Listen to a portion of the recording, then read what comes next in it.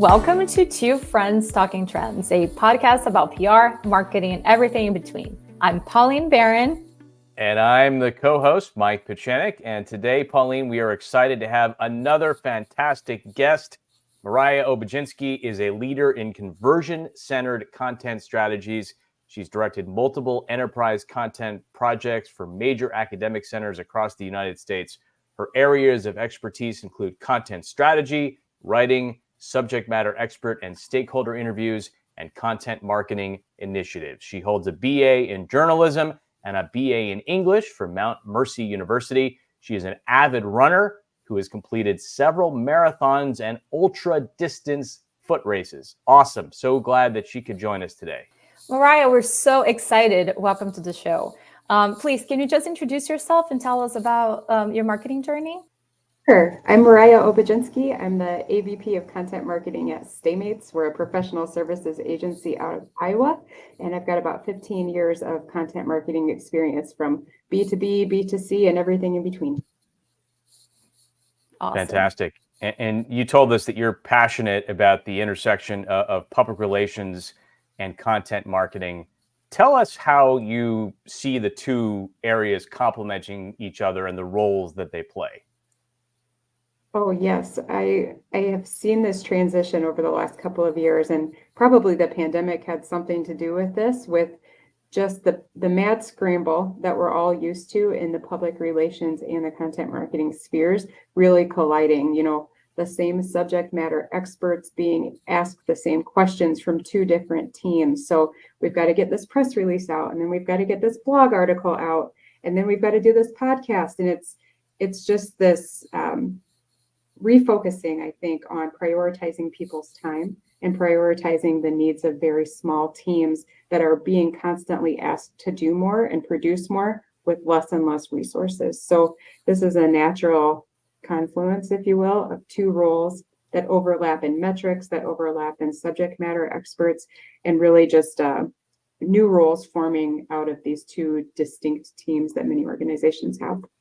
Let's expand on that, if you would. You know, if I'm a small, scrappy marketing team and maybe I'm outsourcing my PR efforts to someone like myself, but you have a subject matter expert, you want to put them out there as a thought leader, how would you sort of go about dividing and conquering so that you are conscious of that leader's time, but also achieving the goal of having the internal content ready to go, but also perhaps, you know, being able to do things externally? One of the things that I think is hard, especially on small B2B marketing teams, is to do some of that strategic planning in advance. So, you know, you have this potential story, you know, you have this topic that's important to your audience, but sometimes the mechanism to get that story out the door is what comes second or third, or, oh, we should also do this. Hey, we should also do this. And it just piles on top. So if you can make a plan of, here are the 3 touch points for the 3 different elements of the story that we want to cover. Let's schedule one meeting with the subject matter expert to cover all those bases, and then our team can work on those content pieces. Yeah, I mean, that makes a lot of sense, because efficiency, especially when, working with small teams, is key to success. So what would you say that if somebody's listening right now and they're like, well, PR is content, and can you just describe a little bit the difference between, efforts to PR and then content marketing, just so our audience is, a little bit aware if they aren't yet? Sure. So there are distinct tasks and roles and training that go into public relations and content marketing, and I'm using those terms pretty loosely. So I think maybe starting with the similarities is a good way to showcase that. The similarities, you're looking for relationship building, you're looking for adequate storytelling, and you're looking for the biggest splash you can make with that content. The differences really lie in who you're reaching and the goals that you're reaching out for.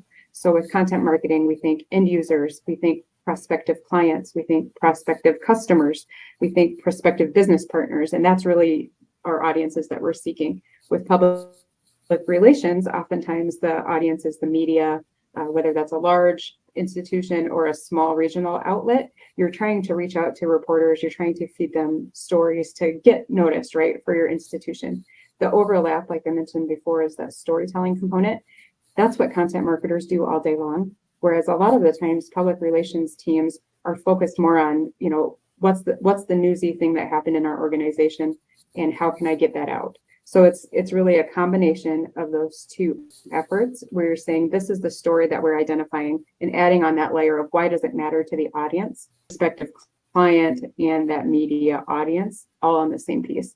One thing I usually say that I always laugh about because I have a background in radio journalism is that journalists are people too, right? We are looking for the same things. We want to be entertained. We want our jobs to be made easier. We want all of those similar things that our content marketing clients are looking for as well. So the more we can speak to people with those stories, the better chances for success all the way around. That's amazing because you're right. You have to be able to tell a story, even though you're pitching to reporters, right? So a little bit about now how people use artificial intelligence and Chat GPT to create content.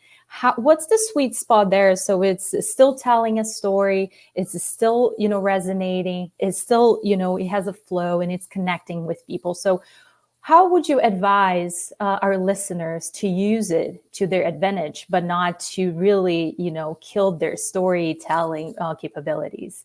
The general consensus that I'm finding amongst our clients at Staymates and amongst our colleagues across the US is that it's a great tool. AI is a great tool to get you started, to help focus your ideas, to pull a bunch of data points together. But as it stands today, it can't do that relationship building for you. It can't do that outreach. It can't do that. What is the story amongst all of these facts? Right now, you as a content marketer or PR professional, that's your job, is figuring out that story in a way to tell it in only a way that your organization can.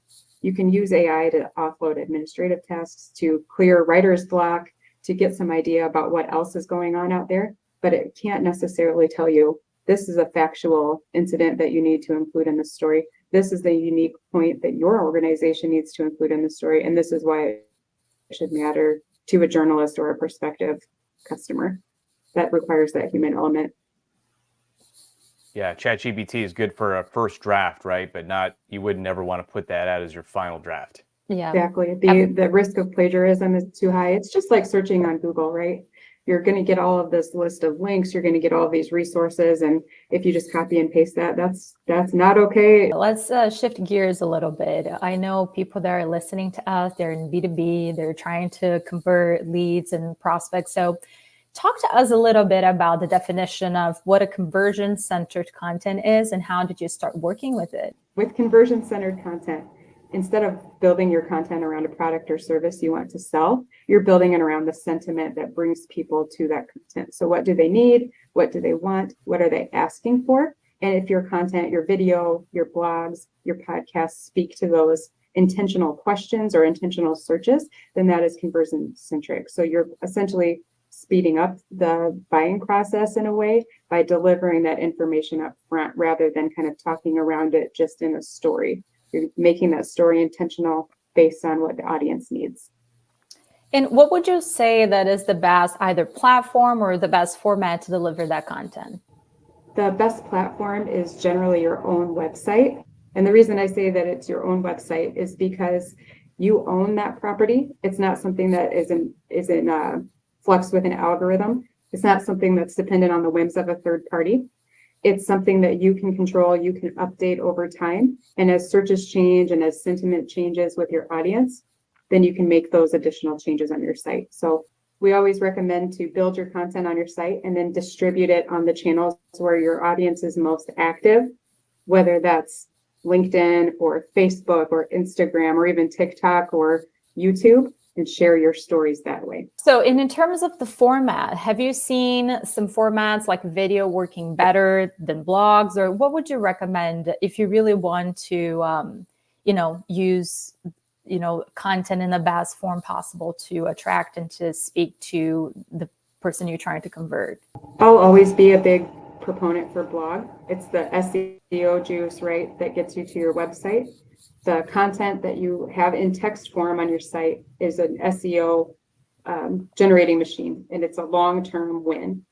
The more that you can turn some of those content pieces into audio or video the better, especially when it is something where you're teaching somebody how to do something step by step. Those are really great for video, or even little pop-up graphics that show you the different steps on each slide. So with the blog, leading with your text-based content and layering on those videos on top is generally that 1-2 punch you need to improve your SEO. So Mariah, can you walk us through the differences between product marketing and content marketing? Product marketing is providing descriptions of what your product is, what people can expect to get from the tangible thing or the tangible service that you're providing. Content marketing is really telling the stories around what people can use that product or service for. And so while sometimes you do need that just explicit description of the thing, content marketing is how you're going to use the thing, how it can make your life better, and how you can improve your business or your profession long-term by partnering with you and your organization. Yeah. So a follow-up question to that, because I absolutely love it, because I oftentimes I see product marketing rules being confused with content marketing when, in fact, it's a clear difference there. So let's talk about the content marketing aspect and the storytelling versus focusing on selling. Is there a sweet spot that you can still be aggressive? Hey, here's how we can help you. And at the same time, you're telling a story, you're sharing your mission. Can you just walk us through a content that sells, but at the same time, a content that connects with people? Absolutely. I think one of the keys is if you can help your client solve a problem, then you can tell your story naturally through those steps. So for example, if you are offering some wonderful white paper about the experience that your clients have had previously, speak to that problem first. Speak to that problem and then showcase the ways that your organization can help answer it. The more you can include customer testimonials and experiences, the better. Because while you could talk about it until you're blue in the face, what other people have to say about you is really gold in the B2B marketing world. Yeah, I agree that third-party validation is so important. Yeah. You really got to have that.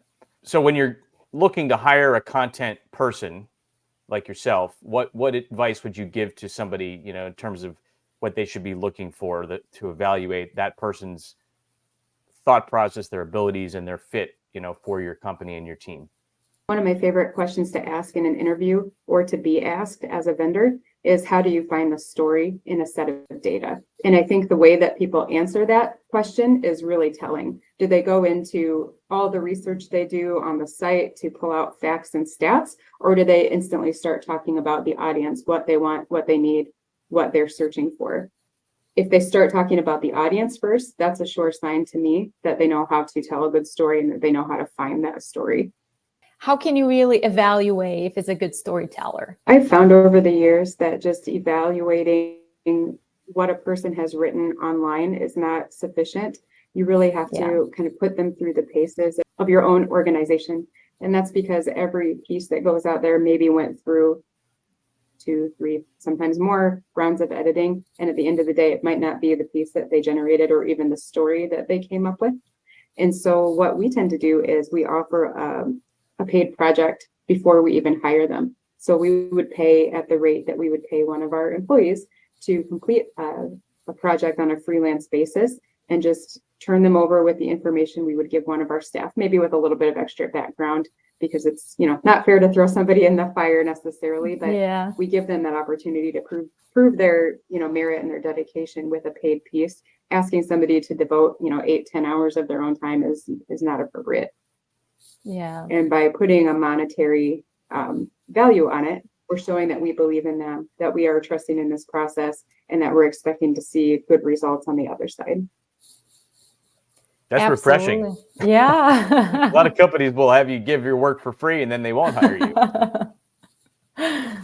Yeah, that's amazing. Yeah, we save that till the final round. If we have a couple of writers who were like, which one do we choose if we can only have one? That's oftentimes the best way to vet it out. Or if it's an editor, have them edit a piece that you've, purposefully planted with Easter eggs or what have you. If you can get them, one of my good colleagues, Joan Benson, says if a freelance individual can get you 80% of the way there, then they're fantastic because they're not always there and privy to the customer conversations that you are.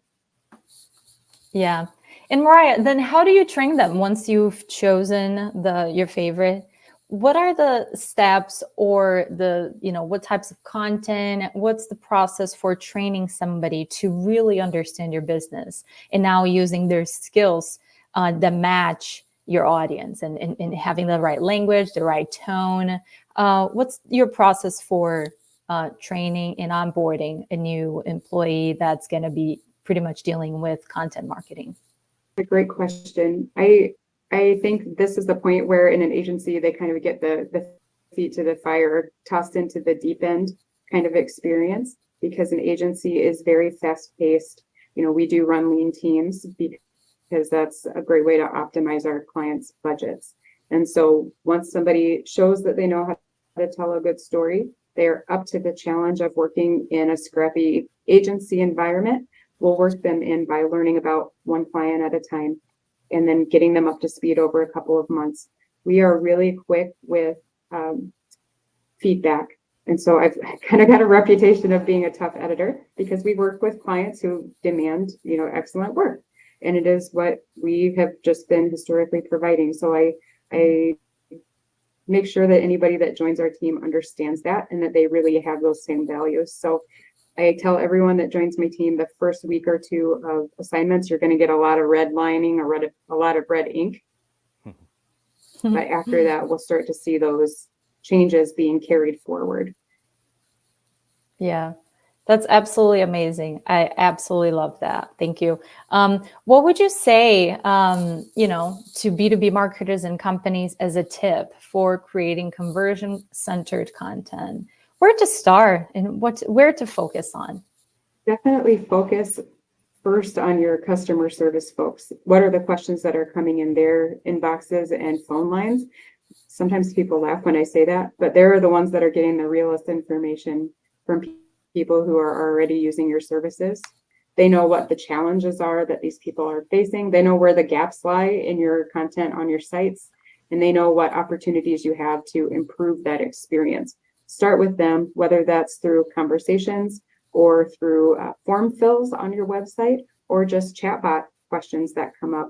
If you're seeing the same question coming up over and over through customer service, that's an indication that you don't have adequate content about that on your site and a good opportunity to really build that out. So start with your audience's questions and then learn about where they're getting their information from. Scope out your competitors. Do they have a large video library on their site? Perhaps that's something that might make sense for you. Do they run a weekly or monthly blog? That might make some sense for you as well. And so building off of the questions that your audience is asking is always going to be my top answer for that question. This is amazing. I mean, amazing. I think this podcast, everybody who is listening right now, this is gold information. And if you're really trying to make it as a content marketer, you really have to listen to this. I'm going to add this podcast, Mariah, to the list of, to the onboarding, things that the new people that we hire need to listen to. So thank you so much for that. Yeah. And Thank you I want to just ask you a personal question here. I know you're big into running. I have friends who run marathons and they're really addicted to it. How did you get started doing that? And if you could tell us about your most memorable race. I started running when my youngest child was about 2 years old. I just could not lose weight and I was getting really frustrated. So I started running with a really casual group. And then over time, I just kind of got the fever, like you said, Mike. And now it's a really big part of my life. I actually met my fiance through the running community. We're getting married in May 2024. So I would say that one was probably my most memorable race. That's amazing. I love it. Very, very inspiring. The couple who runs together stays together, right? Even if they don't stay running together. Sorry, Ryan. You like, bye, I'm going. That's right. And Mariah, if folks who are listening want to find you, what's the best way to do that? Sure. Hit me up on LinkedIn, Instagram, Facebook. Those are the big three that I'm on most of the day because of work and because of running. Fantastic. Well, Mariah, thank you for giving your time to us today to talk on Two Friends Talking Trends. We really appreciate it. Yes. Thank you so much, guys, for listening in. This was awesome. We'll see you next time.